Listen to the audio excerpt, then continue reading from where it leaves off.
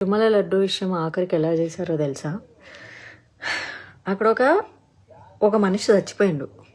అని ఎవరన్నా కొట్టి చంపేసిందా, యాక్సిడెంట్ అయి చచ్చిపోయిందా తెలియదు. ఎవడి గెస్సులు వాడు చేసుకున్నాడు. ఓకేనా?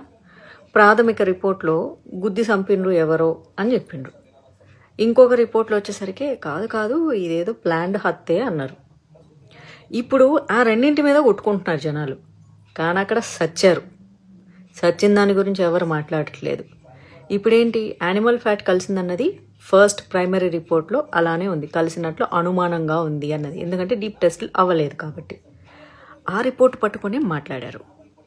ఇప్పుడు యానిమల్ ఫ్యాట్ కలవలేదు, కానీ అసలు 1% నెయ్యి కూడా లేదు, ఉన్నదంతా కెమికల్సే అంటే టాపిక్ డైవర్ట్ చేస్తున్నారు, అది చేస్తున్నారు, ఇది చేస్తున్నారు అంటున్నారు. కానీ అరే అసలు లడ్డూలో నెయ్యి లేదన్న సంగతి మర్చిపోతున్నారా మీరు? ఏం జరిగినా అసలు లడ్డూలో 1% కెమికల్ కలిసినా సరే వైసీపీ వాళ్ళ, టీడీపీ వాళ్ళ, కాంగ్రెస్ వాళ్ళ ఎవడైనా సరే హిందువులు అనేటోడు మాట్లాడాలి. ఈ విషయంలో నిజంగా తిరుమల స్వామిని గౌరవించే ఇతర మతస్థులు కూడా మాట్లాడాలి. 1% కల్తీ జరిగినా అది తప్పే. కానీ దాని గురించి వదిలేసేసి యానిమల్ ఫ్యాట్ లేదన్నారు, అప్పుడు ఉందన్నారు, ఇప్పుడు లేదంటున్నారు. అబ్బబ్బా కవరింగ్లు. అరే ఆడ లడ్డు చచ్చిపోయిందిరా స్వామి, లడ్డూని చంపేసిండ్రు, దాని గురించి మాట్లాడట్లేదు మీరు.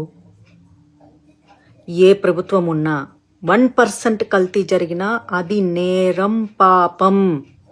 అది ఎవ్వడు చేసినా సరే మహాపాపం. దాని గురించి మాట్లాడండి.